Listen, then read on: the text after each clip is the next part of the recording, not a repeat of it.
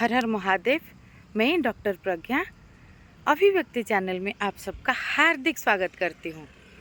आज जलाभिषेक का 23 दिन है, 23 डेज। ये एक एक मोती जोड़ के जो सुंदर माला बन रहा है, मेरे महादेव को समर्पित करके इस प्रभा में मुझे लगता है दिन पे दिन और भी स्पष्टता और भी क्लैरिटी और भी गहराई, 3 डायमेंशनली ग्रोथ हो रहा है। 360 डायमेंशन से भी बोल सकते हैं। जल का वाटर ड्रॉप जैसा, वाटर ड्रॉप जो है उसमें 360 डिग्री एंगल होता है। मैं अभी गार्डन में वॉक करने आई थी तो यहाँ पे वीडियो बना रही हूँ।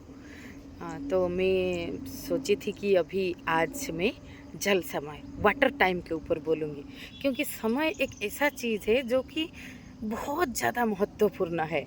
इसको कोई नाप नहीं पाया, इसका कोई पैमाना नहीं है, लेकिन ये सबसे ज़्यादा महत्वपूर्ण है। जैसे अल्बर्ट आइंस्टाइन का रिलेटिव टाइम जब आ गया, तब समय के क्षेत्र में एक बहुत बड़ा बदलाव आया कि कम समय किसी के लिए ज़्यादा हो सकता है, किसी के लिए जो कम लगता है, किसी के लिए जो ज़्यादा लगता है दूसरे के लिए भी कम हो सकता है। रिलेटिव टाइम तो हो सकता है कोई 100 साल में जितना जिए, कोई 30 में शायद उससे ज़्यादा जी ले। इस तरह से रिलेटिव टाइम जो आया, जल प्रवाह भी इसी तरह का जल समय में बोलना चाहूँगी। और इसमें मैं थोड़ा फ्लो और इनडिसिप्लिन के बारे में बोलना चाहूँगी। फ्लो के बारे में पहले बताई थी। फ्लो बहुत इम्पोर्टेंट है जल के बारे में, अगर कुछ भी बोला जाए, समय के बारे में भी। जैसे मेरे घर में भी मेरे बच्चे जब पढ़ते हैं, मेरी जो बेटी है वो पढ़ाई में काफ़ी अच्छी है, मतलब पढ़ाई करती है, जब करती है लंबा समय फ्लो में, तो कभी कभी ऐसे घर में डिस्कशन होता है। मेरे हस्बैंड बोलते हैं कि वो बाहर जाए और कुछ करे, सभी करे, एक टाइम में बहुत चीज़ करे, खेलने को जाए, तो दिन भर क्यों पढ़ रही है? तो मैं बोलती हूँ वो जो सभी करे उसमें एवरेज चीज़ होता है। दिन भर कोई पढ़ रही है या कोई बैडमिंटन खेल रही है और दिन भर खेल रही है, तो it is all about being genius.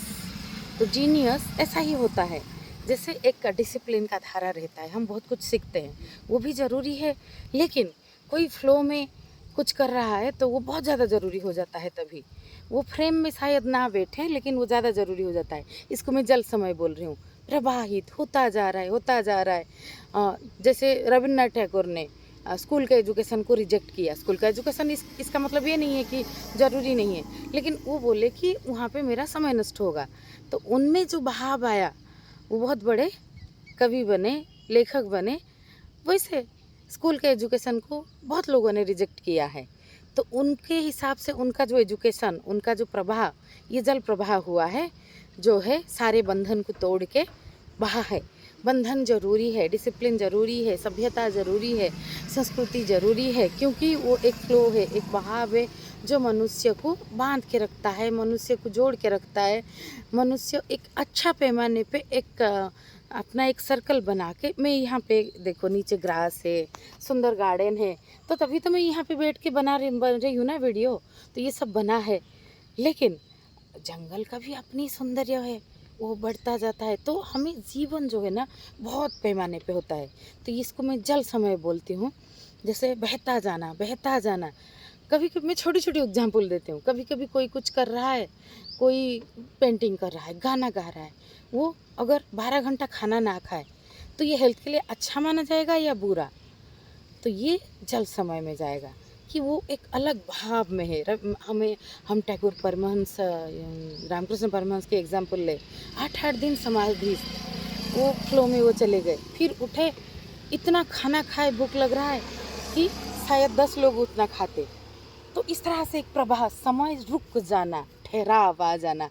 समय के ऊपर बहुत, नो टाइम के ऊपर भी मैं बोली थी शायद कल परसों। तो ये प्रवाह में बहते जाना, समय का कोई नाप नहीं है। इंसान ने अपनी सुविधा के लिए इसको घड़ी में, कैलेंडर में बांधा है, सूरज की गति में बांधा है। सूरज आज उगा और कल उगा, इसी पैमाने को 24 घंटा माना जाता है। बाकी मैं अगर कोई चीज़ रिपीट करूँ 24 घंटा में, तो वो दिन के हिसाब से रिपीट होगा। कोई चीज़ सपोज 36 आवर में रिपीट हो, तो वो दिन के हिसाब से नहीं होगा, उसमें तीसरा दिन आ जाएगा बहुत टाइम।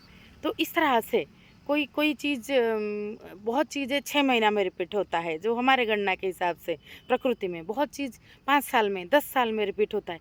तो उनका जो प्रवाह समय जल प्रवाह उसी तरह का है, उसको हम अपने हिसाब से बांध नहीं सकते। और सबका प्रवाह भी अलग अलग होता है। कोई उसी समय में सब शायद बोर्डम फील करता है, कोई उसी समय में इतना फ्लो में रहता है कि उसको पता नहीं चलता।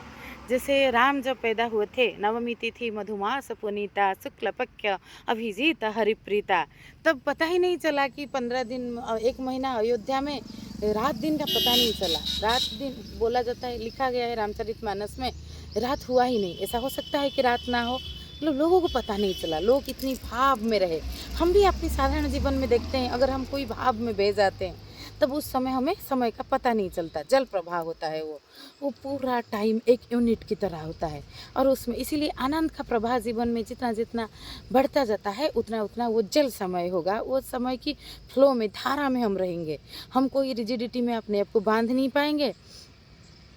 जैसे सभी के लिए नियम जो है एक जैसा नहीं हो सकता। जैसे हम बोलेंगे सुषम खाद्य इस तरह से होता है, ऐसा नहीं है। सबका शरीर अलग है, सबका मन अलग है, वो ये सबके लिए अलग होगा। किसी के लिए दिन में 1 टाइम खाना सही होगा, तो प्रभाव के हिसाब से उसका गैप रहेगा, जल प्रभाव का गैप। किसके लिए 3 टाइम खाना सही रहेगा, किसी के लिए 5 टाइम। तो हम नहीं बोल सकते कि इतना गैप में, इतना इसमें ये करना चाहिए। तो ये जल समय है, जो है एक तरल प्रवाह की तरह, एक बहता जाना बहता जाना बहता जाना। तो आनंद के प्रवाह मेरे हिसाब से जितना जितना खिलता जाता है, बहता जाता है, उतना उतना उतना उतना हमारा समय जो है जल भाव में रहता है। और हम उसी फ्लो में इतना रहते हैं कि वो अ, इसीलिए तो जब रूपांतरण जीवन में थोड़ा बहुत घटता है, या जो खेल में आप सपोज समझ लीजिए, खेल में जब डूब डूब जाता है कोई इंसान, या बच्चे खेलते रहते हैं, उनको इस तरह से आनंद खिलता है अंदर, जो कि बहुत इनोसेंट प्लेजर है। वो प्लेजर आपको किसी का निंदा रस में डूब के कभी नहीं मिलेगा, जो खेल में डुबकी लगा के मिलता है, कि आप उसी बहाव में आ गए। कोई चीज़ में आप कंसंट्रेटिव हो जाओ, कोई चीज़ में खो जाओ, ध्यान लगाना जिसको बोलते हैं, ध्यान में लीन हो जाओ, तो पता ही नहीं चलता, वो जल समय हो जाता है। और उसमें और जल समय मतलब वो फ्लो में इन ट्यून जितना जितना बढ़ता जाता है उतना उतना हमारा समय का बेहतर यूज होता है। हम उसी चीज़ को और बेहतर रूप में कर पाते हैं, जो कि बहुत लोग नहीं कर पाते। जैसे 24 घंटा सभी के लिए समान है, पृथ्वी के सभी लोगों के लिए। तो उसी हिसाब से कुछ लोग साधारण स्थूल रूप में ज़्यादा सफल हुए हैं, कुछ लोग बिल्कुल सफल नहीं हुए। सूक्ष्म रूप में कुछ लोग बहुत ज़्यादा जो फ्लो में रहे हैं, आनंद की प्रभाव उनमें ज़्यादा खिला है, कि वो चारों ओर को भी सिक्त किया है। और उसी समय में कुछ लोगों का जीवन ऐसा हुआ है कि वो उनको उनको उनके साथ करो, बातचीत करो, तो भी लगता है कि मेरा समय नष्ट हो रहा है। या निंदा रस में, जो परनिंदा राम अधनागरी सा रामचरितमानस में कहा गया है, उसी तरह से जीवन हुआ है। तो ये जो जल समय, जो प्रवाह में, फ्लो में, in tune with centre with core, जितना जितना जीवन रहेगा, हम स्थूल सूक्ष्म बाह्य अंतर दोनों रूप में, हर रूप में 360 डिग्री एंगल में चीज़ों को बेहतर स्पष्ट रूप से गहराई से समझ पाएंगे, और आनंदपूर्वक जीवन को जी पाएंगे। जीवन काटने के लिए नहीं, जीने के लिए होता है। It is not about spend time, it is about to live time. ये जीवंत समय हो जाएगा। जल समय जिस जो है उसको जीवंत समय मैं बोल सकती हूँ। आज बस इतना सा। जय श्री राम, जय श्री कृष्ण, हर हर महादेव।